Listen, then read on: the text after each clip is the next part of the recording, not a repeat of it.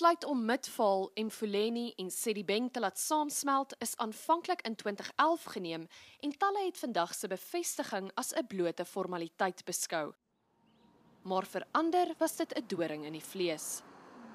Die munisipale afbakeningsraad het vroeër sowat 10,000 stemme teen die beoogde samesmelting ontvang om 'n 4de metroraad in Gauteng te vorm. Die DA sê die besluit is bloot 'n politieke skuif om beheer van die DA-beheerde Midvaal munisipaliteit te bekom. We made objections based on the criteria, not based on a feeling or allegations or so forth. So it's based on the criteria itself. And we can actually prove it when we go to court. Look, the board will defend its case, and robustly so. We have never lost any case.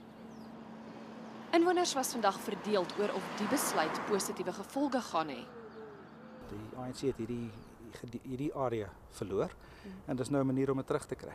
So dis coup d'état by wetgewing. Ons soek die huis ons want ons seker hierso. Midvaal is a thorn in the ANC side. Die samesmelting beteken nie die Midvaal munisipaliteit is dadelik uit die DA se hande nie.